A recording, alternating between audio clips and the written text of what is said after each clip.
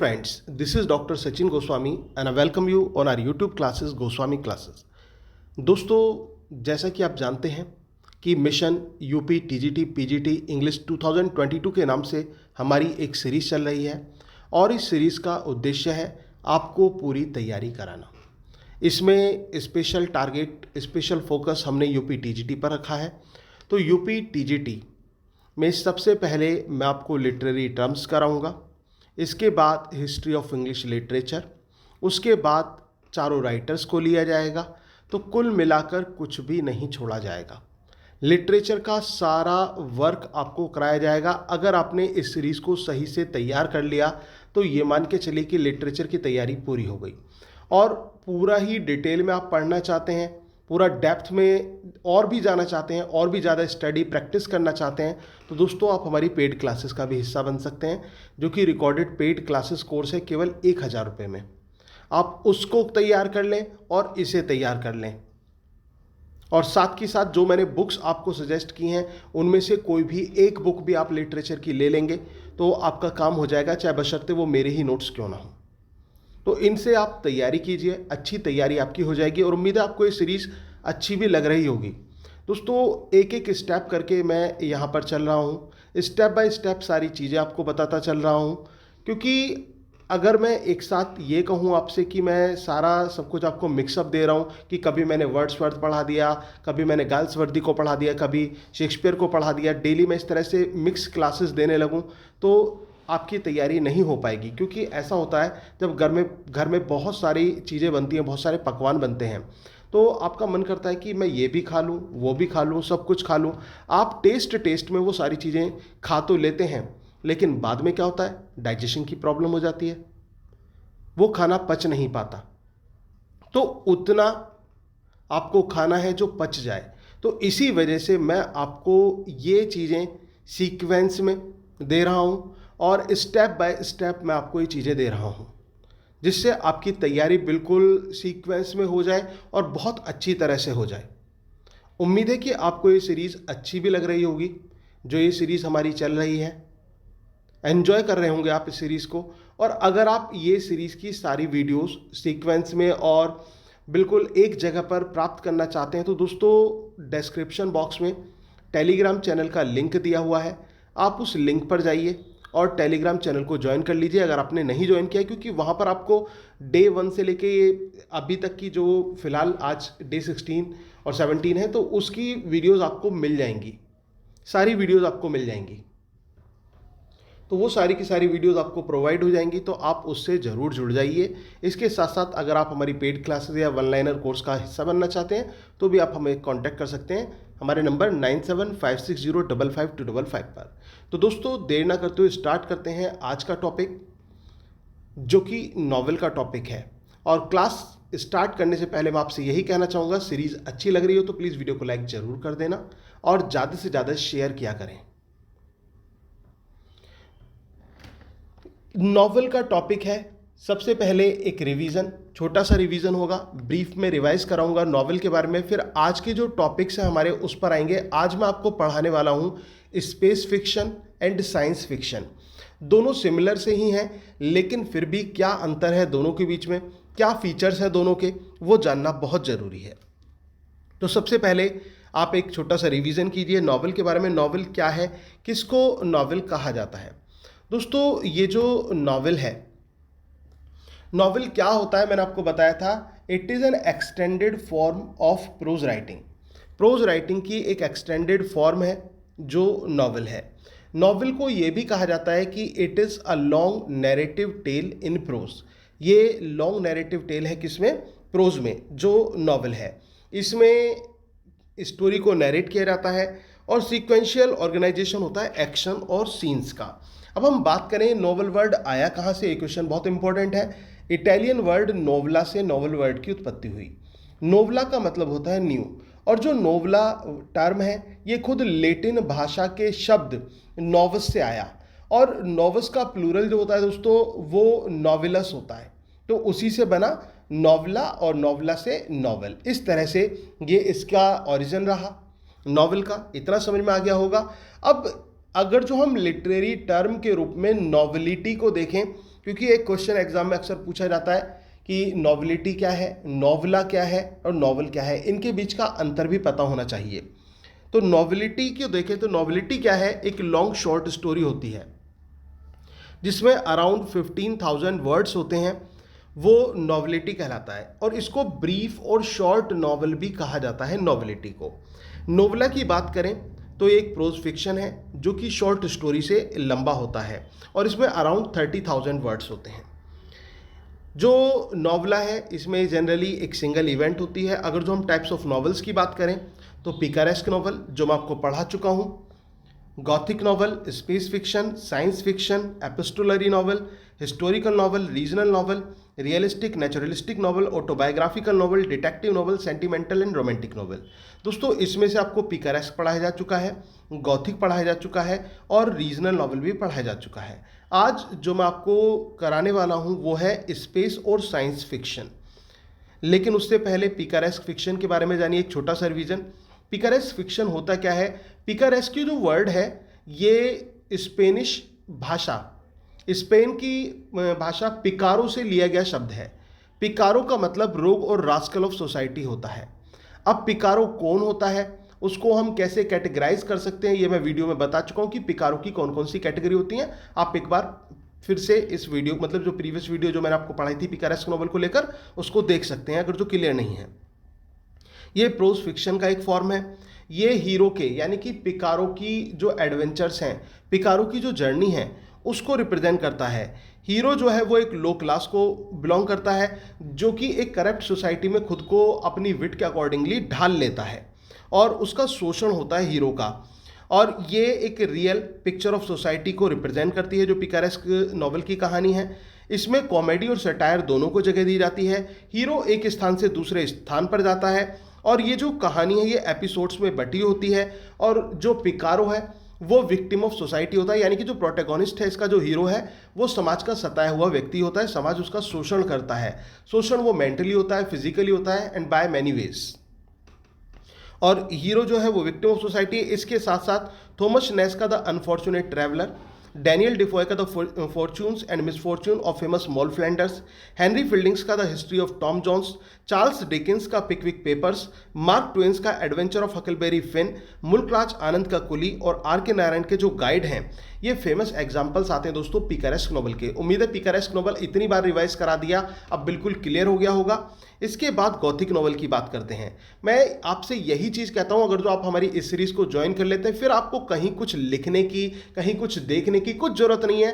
केवल ढंग से सुन लीजिए, एक बार मन लगा के सुन लीजिए। मैं मन लगा के जैसे आपको पढ़ाता हूं उसी तरह से आप मन लगा के मोहब्बत के साथ इसको सुना करें। अब मोहब्बत के साथ ये नहीं कि मोहब्बत ही कर बैठे किसी से, मोहब्बत में बात लिटरेचर की कर रहा हूं दोस्तों। इस लिटरेचर से मोहब्बत कीजिए, इससे लगाव कीजिए। अगर जो आपने इसको अपना बना लिया तो ये भी आपको अपना बना लेगी। क्योंकि लिटरेचर, मेरी टैगलाइन हमेशा यही होती है, लिटरेचर उन्हीं को समझ में आती है जो लिटरेचर को समझने की कोशिश करते हैं, यानी कि इसमें प्लेजर ढूंढते हैं, खुशी ढूंढते हैं। और जब हम किसी चीज़ में खुशी ढूंढ लेंगे तो वो चीज़ भी तो हमारी हो जाएगी।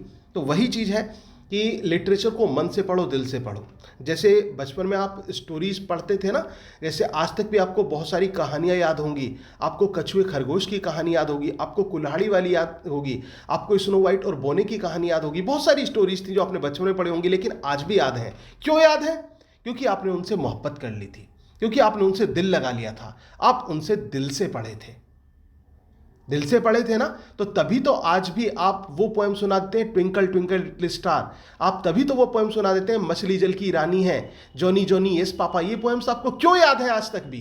क्योंकि आप दिल से पढ़े थे। और उसके बाद फिर आपने प्रेशर लेके पढ़ना चालू करा, और जिस दिन से प्रेशर लेके चलना चालू किया तो उस दिन से क्या हुआ? उस दिन से आज वफा तो कल सफा। यही तो हुआ कि आज तो हमें याद है लेकिन कल गायब हो गया वो चीज। केवल टारगेट बेस्ड पढ़ा आपने। जैसे फ्रांसिस बेकन कहते हैं ना कि स्वेलो वाला जो उदाहरण देते हैं वो, कि अदर बुक्स टू बी स्वैलोड, कि कुछ किताबों को निगला जाता है। अरे भाई, जिसको आप निगलोगे तो उसको तो आप वॉमिट कर आओगे ना, और फिर तो सब कुछ खत्म है। तो वो चीज़ आपको नहीं करनी। आपको ध्यान से पैशन के साथ पढ़ना है और मन लगा के पढ़ना है। तो गॉथिक नॉवल को नॉवल ऑफ टेरर और वंडर के नाम से भी जाना जाता है। ये डरावने उपन्यास होते हैं। इसका एक तरीका मैं आपको और बता दूं, भूतों की जो मूवीज़ होती हैं, हॉरर मूवीज़, उन्हें अगर जो आपने देखा है तो ये मान के चलो आपको सारे फीचर्स आसानी से तैयार हो जाएंगे, क्योंकि वही फीचर्स हैं। इसमें सस्पेंस होता है, मिस्ट्री होती है, इसमें हॉरर एंड रोमांस दोनों दिए जाते हैं। गॉथिक नॉवल जो है ये फुल ऑफ हॉरर होता है और फियर एंड हॉन्टिंग होता है। इसमें सुपर नेचुरल मशीनरी होती है, super natural that is not natural, यानी कि विचेस, नेम्स और आपके विच क्राफ्ट्स, ये सारी चीज़ें इसमें, घोस्ट, फेरीज, ये सभी चीज़ें इसका पार्ट हो सकती हैं। इसमें क्या होता है, एक ऐसा माहौल दिया जाता है, अंधकार का सा माहौल दर्शाया जाता है, वीराना प्रदेश दिखाया जाता है, या फिर कोई पुराना सा महल दिखाया जाएगा, पुरानी हवेली दिखाई जाएगी, तो उस मिस्टीरियस प्लेसेस से रिलेटेड होती है जो गॉथिक स्टोरी होती है। इसमें कल्पनाओं को ज़्यादा जगह दी जाती है। इसमें हॉरेस वॉलपोन्स का द कैसल ऑफ ओट्रेंटो बहुत फेमस जो गॉथिक नॉवल है वो माना जाता है, बहुत फेमस माना जाता है दोस्तों। इसके बाद अगर जो हम बात करें mystery of Udolpho by Ann Radcliffe, ये भी बहुत फेमस है जो गॉथिक नॉवेल्स में आता है। और इसके बाद मॉन्क जो है मैथ्यू लेविस का, ये भी फेमस गॉथिक नॉवेल्स में आता है। इसके बाद हम बात करते हैं रीजनल नॉवल की। रीजनल नॉवल में क्या होता है, ये एक पर्टिकुलर लाइफ के लोगों की कहानी होती है, पर्टिकुलर रीजन के लोगों की कहानी। एक पर्टिकुलर क्षेत्र है, उसके वहाँ का तौर तरीका क्या है, वहाँ का लोगों का व्यवसाय क्या है, वहाँ के लोगों का व्यवहार कैसा है, वहाँ के रीति रिवाज कैसे हैं, वहाँ के मेले परंपराएं कैसे हैं। तो कुल मिलाकर एक पर्टिकुलर रीजन के बारे में सब कुछ बताना, लेकिन उसके साथ एक कहानी को भी ऐड कर देना और उस कहानी में वो सारी बातें बताना, ये रीजनल नॉवल की खासियत होती है। तो ये traditions, custom, cultures, beliefs of the people और देयर प्रोफेशंस, उनको बताती है। दोस्तों ये मैं रिवीजन करा रहा हूँ आपको, ये ऑलरेडी मैं आपको डिटेल में सारी चीज़ें पढ़ा चुका हूँ। रिवीजन करने में आपको और आसानी से तैयार हो जाएंगे। अगर आपने मेरी सीरीज शुरू से नहीं देखी है डे 1 से, तो प्लीज़ टेलीग्राम चैनल को डिस्क्रिप्शन बॉक्स में जाके जरूर ज्वाइन कर लें, ताकि वहाँ पे आपको डे 1 से आप तैयार कर सकें, डे 1, डे 2, डे 3, इस तरह से आप तैयार कर सकें। इसमें दो आइडियोलॉजीज़ के क्लैश को दिखाया जाता है, सोशल और इकोनॉमिकल इश्यूज जो हैं उनको रिप्रेजेंट किया जाता है उस रीजन के, और इसके साथ साथ वो जो रीजन है उसका जो हिस्टोरिकल इंपॉर्टेंस रहा है उसको भी ये रिप्रेजेंट करता है रीजनल नॉवल। इसमें जो हीरोइंस होती हैं वो अक्सर अनमैरिड वीमेन और यंग गर्ल्स होती हैं। इसमें कॉन्फ्लिक्ट दिखाया जाता है अर्बन वेज में और ओल्ड फैशन रूरल वैल्यूज़ में कॉन्फ्लिक्ट दिखाया जाता है। जो स्कॉटिश नॉवलिस्ट जॉन गाल्ट और सर वॉल्टर स्कॉट, जिनको फादर ऑफ हिस्टोरिकल नॉवेल्स कहा जाता है, ये भी रीजनलिज्म से बहुत ज़्यादा इन्फ्लुएंस थे। इसमें लव के सब्जेक्ट को दर्शाया जाता है, किसके साथ, फेट एंड चांस के साथ। मानव के जीवन में फेट एंड चांस और प्रेम का जो वो है रूप, वो सारी चीज़ें दर्शाई जाती हैं। Thomas Hardy's Wessex, William Faulkner's Yoknapatawpha और आर के नारायण मालगुडी, ये फेमस रीजनल प्लेसेस माने जाते हैं। These are the famous regional places. इसके बाद दोस्तों आज का हमारा टर्म आता है स्पेस फिक्शन। आज का टर्म है स्पेस फिक्शन और साइंस फिक्शन, ये दो हैं, तो इनको आपको ढंग से समझते हुए चलना है, अच्छी तरह समझना है कि अब ये होते क्या हैं, इनको समझते चलिए। सबसे पहले जो ये टर्म आता है साइंस फिक्शन है पहले, ठीक है ना। पहले साइंस फिक्शन मैं आपको पढ़ाने वाला हूँ। तो साइंस फिक्शन कौन सा है, किसको साइंस फिक्शन बोलते हैं? Science fiction is a genre of speculative fiction. Science fiction क्या है, एक जेनर है कैसे का, स्पेकुलेटिव फिक्शन का। अब ये स्पेकुलेटिव फिक्शन होता क्या है? स्पेकुलेटिव को सबसे पहले तो आप मीनिंग समझिए कि स्पेकुलेटिव का मीनिंग क्या होता है। दोस्तों स्पेकुलेटिव का मीनिंग होता है कि हमें चीज़ें पता तो नहीं है, फैक्ट्स तो पता तो नहीं है, लेकिन उनके बारे में हम बहुत कुछ गैस कर रहे हैं, बहुत कुछ अनुमान लगा रहे हैं। तो ये अनुमान पर आधारित एक प्रकार का उपन्यास होता है। कहने का मतलब रियलिटी को तो लिया जाता है, लेकिन रियलिटी के साथ साथ इसमें स्पेकुलेटिव जो कॉन्सेप्ट है उसको ज़्यादा ऐड किया जाता है, यानी कि जो गैस वाला कॉन्सेप्ट है उसको ज़्यादा इसमें ऐड किया जाता है, समझे। इसके बाद it typically deals with imaginative and futuristic concept such as advance science and technology. इसमें इमेजिनेटिव और फ्यूचरिस्टिक कॉन्सेप्ट को ज़्यादा ऐड किया जाता है, ज़्यादा जोर दिया जाता है, यानी कि काल्पनिक और भविष्य के बारे में जो हम कल्पनाएं बना रहे हैं कि भविष्य में ऐसा होने लगेगा, कि भविष्य में क्या होगा कि ये जो मोबाइल है, जैसे अब हम मोबाइल चला रहे, पहले क्या होता था, आपने देखा होगा कि छोटे वाला मोबाइल आता था, कीपैड वाला, उसमें लोग टुक टुक टुक टुक से करते रहते थे, टाइप से करते रहते थे छोटे से, और बड़ी दिक्कतें होती थी, कुछ नहीं कर सकते थे, केवल बात कर सकते थे, वो सांप वाला जो गेम आता था वो खेलते थे। लेकिन एडवांसमेंट कुछ ही वर्षों में इतना हुआ कि स्मार्टफोन ने जगह ले ली, और स्मार्टफोन भी स्टार्टिंग में जो आए थे वो उस फीचर वाले नहीं थे, लेकिन बढ़ते चले गए, एडवांसमेंट हो गया। हो सकता है आने वाले समय में ये स्मार्टफोन खरीदने की जरूरत ही ना हो, कुछ ऐसी चीज़ें आ जाए कि आपके हाथ पे ही चलने लगे चीज़ें, आपके हाथ में ही, आपके शरीर में ही मोबाइल फिट हो जाए, कुछ भी हो सकता है। तो ऐसी जो कल्पनाएं होती हैं, जो हम करते हैं, जो फ्यूचर की कल्पनाएं हैं, वो इसमें पार्ट होती हैं। तो एडवांसमेंट साइंस एंड टेक्नोलॉजी को रिप्रेजेंट करता है, स्पेशली इमेजिनेटिव जो कॉन्सेप्ट है और जो फ्यूचरिस्टिक कॉन्सेप्ट है उस पर आधारित होता है साइंस फिक्शन। इतना क्लियर है? ये आपसे पूछा जा सकता है। ये जो 2 पॉइंट्स मैंने आपको बताए, इसकी डेफिनेशन को बयां करते हैं, और यही आपके एग्जाम में दे सकते हैं कि ये जो इनकी फीचर दे दिए, फिर पूछ लिया आपसे कि किस प्रकार का फिक्शन है, your answer will be science fiction. तो कैसा फिक्शन है ये? Science fiction. It also deals with space exploration. ये स्पेस एक्सप्लोरेशन को भी डील करता है। अब आप सोच रहे होंगे सर स्पेस एक्सप्लोरेशन को तो स्पेस फिक्शन डील करेगा। जब आप स्पेस की बात बता रहे हैं तो मैं आपको बता दूं कि space fiction is a sub genre of science fiction. Is that clear? कि स्पेस फिक्शन जो है वो एक सब पार्ट है, सब जेनर है किसका? साइंस फिक्शन का। साइंस फिक्शन का ही एक हिस्सा स्पेस फिक्शन है। तो फिर जब वो उसका हिस्सा है तो फिर तो ये तो इसका पार्ट हो गया, इसका फीचर हो गया। तो it also deals with space exploration, time travel को दर्शाता है, पैरेलल यूनिवर्सेस को दर्शाता है। पैरेलल यूनिवर्सेस का मतलब टू डिफरेंट प्लेसेस हैं, उनमें जो सेम सिचुएशंस हैं, सेम कंडीशंस हैं, उनको रिप्रेजेंट करता है ये। एंड एक्स्ट्रा टेरेस्ट्रियल लाइफ, और एक्स्ट्रा टेरेस्ट्रियल लाइफ को रिप्रेजेंट करता है। एक्स्ट्रा टेरेस्ट्रियल लाइफ मतलब यानी कि दूसरे ग्रहों पर रहने वाले लोगों का जीवन। जो दूसरे ग्रहों पर रहने वाले लोग हैं, यानी कि एलियंस हम कह सकते हैं, उन लोगों के जीवन को ये रिप्रेजेंट करता है। ठीक है, ये जो साइंस फिक्शन होता है इसमें स्पेस फिक्शन की भी एक क्वालिटीज है, बट मैंने आपको बताया स्पेस फिक्शन जो है वो इसका ही पार्ट है साइंस फिक्शन का, लेकिन मैं अलग से भी उसके फीचर्स आपको जरूर बताऊंगा। It is also known as literature of ideas. दोस्तों साइंस फिक्शन को लिटरेचर ऑफ आइडियाज के नाम से भी जाना जाता है। This is one of the most important questions. बहुत इंपॉर्टेंट क्वेश्चन है कि लिटरेचर ऑफ आइडियाज किसको जाना जाता है? तो your answer will be science fiction. आपका आंसर क्या होगा?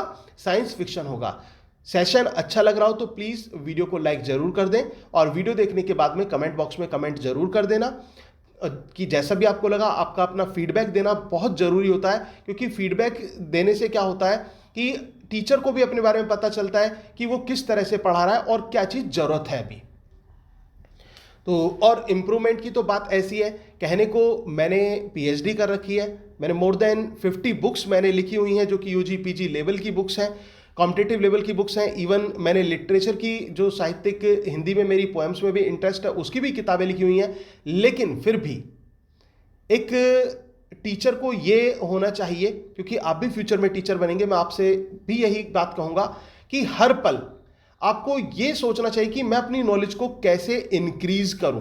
कभी ये मत सोचना चाहिए कि मैंने इतना सीख लिया, मतलब काफ़ी है मेरे लिए, या फिर मैं आई एम द बेस्ट, मैं सबसे अच्छा हूं। जिस दिन आपके अंदर ये धारणा आ गई ना कि मैं सबसे अच्छा हूं और मेरे पे सब कुछ आता है, मैं सब कुछ कर सकता हूं या कर सकती हूं, तो इसका मतलब ये मान के चलिए आप कुछ नहीं कर सकते। यू स्टैंड नोवेयर, आप कहीं के कुछ नहीं है। तो ये गर्व, ये घमंड और नॉलेज पर वो करना बेकार की चीज़ है। और कभी आप मेरे पास आएंगे तो आपको ऐसा लगेगा दोस्तों कि जैसे आप किसी लाइब्रेरी में आ गए हों, क्योंकि मेरे पास इंग्लिश का इतना कलेक्शन है कि आप मतलब you will appreciate the things. इतनी बुक्स को मैंने स्टडी किया, और केवल मैंने लिटरेचर की बुक्स को स्टडी नहीं किया, बल्कि जो रिलीजियस बुक्स होती हैं, और रिलीजियस केवल अपने धर्म की नहीं, सभी जो मेन हमारे रिलीजन्स हैं सभी किताबों को मैंने पढ़ा हुआ है, सभी को मैंने स्टडी किया हुआ है, और पढ़ने में अच्छा लगता है। और किताबों से, मैंने अभी आपसे क्या कहा था, जिस दिन आपको किताबों से लगाव हो गया, प्यार हो गया, उस दिन ये किताबें भी आपसे प्यार करने लगेंगी, फिर आप इनसे बातें करेंगे। लेकिन आप लोग सुनते कहाँ इस बात को? आपको तो केवल फोकस रहता है टारगेट पर। टारगेट सोचकर मत चलिए कि केवल मुझे एग्जाम क्रैक करना है। एग्जाम तो अपने आप क्रैक हो जाएगा, आप मन से पढ़िए, दिल लगाकर पढ़िए तो एग्जाम तो अपने आप क्रैक हो जाएगा। अगर जो आपने दिलचस्पी के साथ पढ़ा और दिलचस्पी के साथ नहीं पढ़ेंगे तो एग्जाम क्रैक कैसे हो पाएगा। तो वो चीज़ भी आपको ध्यान में रखनी है। तो मन लगा के पढ़ा करें, चाहे वो ग्रामर हो, चाहे लिटरेचर हो, कोई भी चीज़ हो, उसको मन लगा के करोगे तो वो आपको आसानी से समझ में आएगा। और केवल एक टारगेट सोच के करोगे तो उसमें टाइम लगेगा, आ तो जाएगा तब भी, लेकिन टाइम लगेगा उसमें। तो टाइम लगने वाला सिस्टम नहीं चाहिए मुझे। अब आप खुद आजमा के देखना, अगर जो आप में से कुछ कैंडिडेट्स ऐसे होंगे जो मन लगा के सुनते होंगे, उनको फिर दोबारा उस चीज़ को पढ़ने की जरूरत नहीं है। जब उनके सामने क्वेश्चन पूछे जाए या फिर उनका मैं रिवीजन टेस्ट लूंगा तो आप आसानी से आंसर देंगे। क्यों? क्योंकि आपने मन लगा के पढ़ा। तो ऐसा ही होना चाहिए। तो खैर हम पॉइंट पर आते हैं दोस्तों। ये जो साइंस फिक्शन है इसको लिटरेचर ऑफ आइडियाज के नाम से भी जाना जाता है। इसमें क्या होता है कि scientific, social and technological innovations को ये एक्सप्लोर करता है। It explores the scientific, social and technological innovations. Science fiction has some aspects of ancient mythology. Science fiction में कुछ एस्पेक्ट एंशिएंट मैथोलॉजी के भी होते हैं, जो पौराणिक हमारी घटनाएं हैं उनसे भी रिलेटेड होते हैं। कैसे? जैसे कि it also deals with fantasy. जो हमारी एंशिएंट मैथोलॉजी है वो किससे डील करती है? फैंटेसी से। तो साइंस फिक्शन भी फैंटेसी से डील करता है, उसमें हॉरर होता है, यहाँ भी हॉरर को जगह दी जाती है। कॉन्सेप्ट ऑफ सुपर हीरो, उसमें सुपर हीरो होता है, यहाँ भी सुपर हीरो दिया जाता है। आपने क्रिश मूवी तो देखी होगी ना, तो उससे आप आइडिया लगा लीजिए सुपर हीरो का। रोबोट तो देखी होगी ना, उससे आइडिया लगा लीजिए सुपर हीरो का। तो इस तरह से सुपर हीरो की जगह इसमें बनती है। Science fiction can be defined as that branch of literature which deals with the reaction of human beings to changes in society and technology. दोस्तों साइंस फिक्शन एक ऐसी ब्रांच के रूप में भी डिफाइन किया जा सकता है लिटरेचर की, जो किससे डील करती है? Reaction of human beings. जो ह्यूमन बींग्स का रिएक्शन हुआ है किस चीज को लेकर, उस चेंज में जो बदलाव आया है साइंस एंड टेक्नोलॉजी में। H.G. Wells is the most famous science fiction writer in English। Most important question है। H.G. Wells जो है वो साइंस फिक्शन राइटर के मतलब बहुत फेमस साइंस फिक्शन राइटर हैं H.G. Wells। H.G. Wells is also known as the Shakespeare of science fiction। This is one of the most important questions। बहुत important question है, अच्छी तरह से दिमाग में बिठा लेना कि H.G. Wells को शेक्सपियर ऑफ साइंस फिक्शन कहा जाता है। शेक्सपियर ऑफ साइंस फिक्शन किसको कहा जाता है? H.G. Wells को कहा जाता है। बहुत बड़ी उपाधि आलोचकों ने इन्हें दी है। H.G. Wells को शेक्सपियर ऑफ साइंस फिक्शन कहा जाता है। The time machine, the island of doctor Moreau, the invisible man, the war of the words are famous science fictions by H.G. Wells। ये H.G. Wells के द्वारा लिखे गए famous science fictions हैं। H.G. Wells science fictions are based on aliens, biological engineering, invisibility and time travel. ये भी important question है कि H.G. Wells के जो साइंस फिक्शंस हैं वो किस पर आधारित हैं।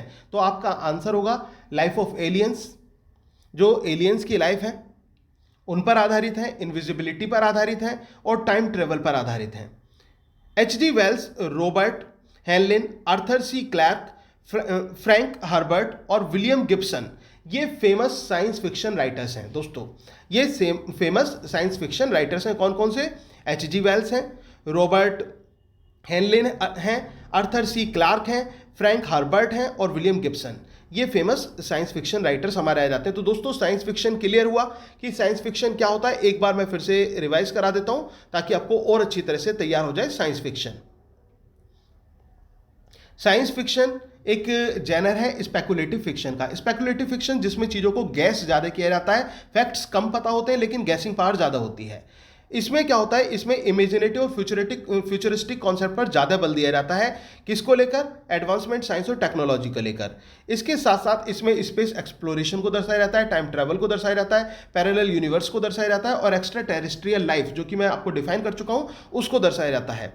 इसको लिटरेचर ऑफ आइडियाज़ के नाम से भी जाना जाता है। इसमें scientific, social and technological innovations को एक्सप्लोर किया जाता है और इसमें कुछ मैथोलॉजिकल जो एंशिएंट मैथोलॉजिकल है उसके भी एस्पेक्ट हमें देखने को मिलते हैं, जैसे कि fantasy, horror, concept of super hero, ये सारे एस्पेक्ट मैथोलॉजी वाले हमें देखने को मिलते हैं। इसके साथ साथ दोस्तों साइंस फिक्शन की जो ब्रांच है वो डील करती है मतलब रिएक्शन ऑफ ह्यूमन बींग से, जो कि साइंटिफिक और टेक्नोलॉजी को लेकर आए, साइंस और टेक्नोलॉजी को लेकर हुए हैं। H.G. वेल्स को फेमस साइंस फिक्शन राइटर के रूप में जाना जाता है। H.G. वेल्स को शेक्सपियर ऑफ साइंस फिक्शन भी कहा जाता है। Time machine, the island of doctor Moreau, the invisible man, the war of the worlds are famous science fictions by H.G. Wells. ये H.G. वेल्स के फेमस साइंस फिक्शंस हैं।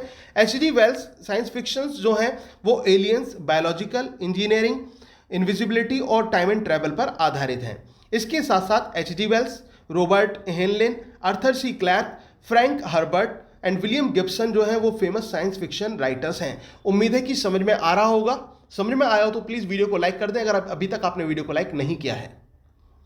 Space of fiction की बात करें कि स्पेस फिक्शन क्या होता है। दोस्तों ऑफ हटा देना, इसमें स्पेस फिक्शन है, गलती से ऑफ लिख गया है। स्पेस फिक्शन क्या होता है, किसको स्पेस फिक्शन कहा जाता है?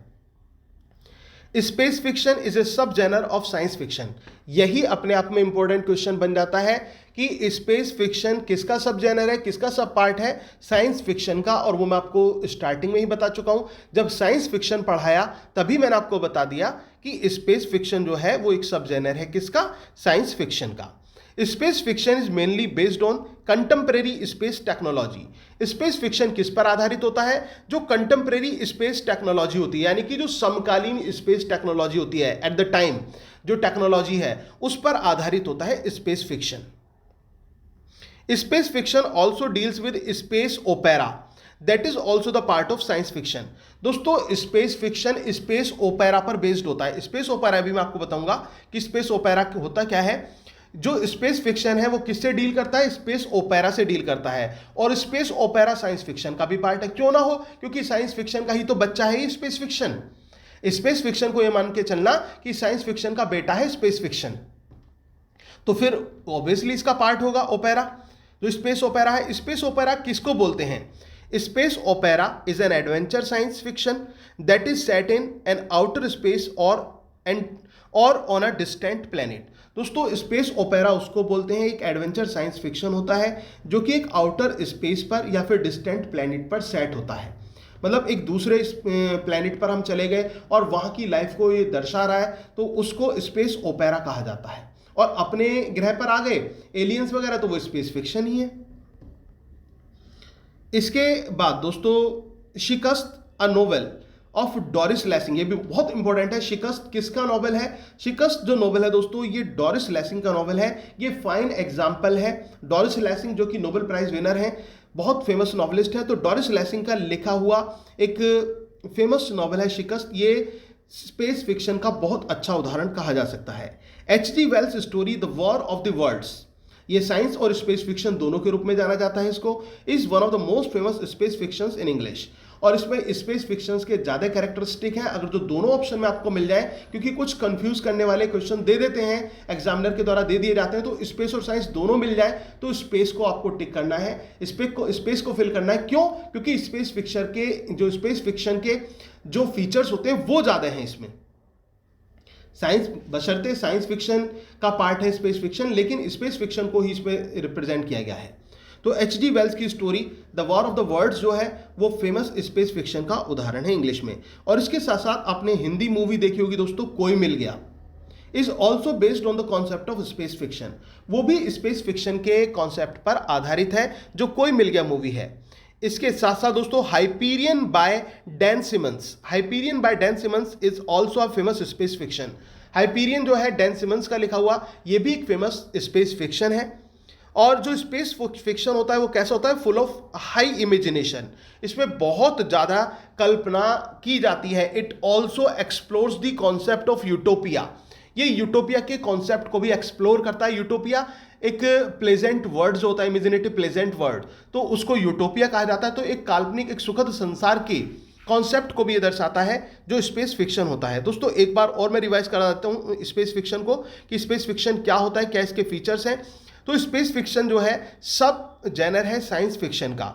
स्पेस फिक्शन जो कंटेम्परेरी स्पेस टेक्नोलॉजी है मेनली उस पर आधारित होता है। स्पेस फिक्शन स्पेस ओपेरा से भी डील करता है, और स्पेस ओपेरा जो कि साइंस फिक्शन का पार्ट होता है।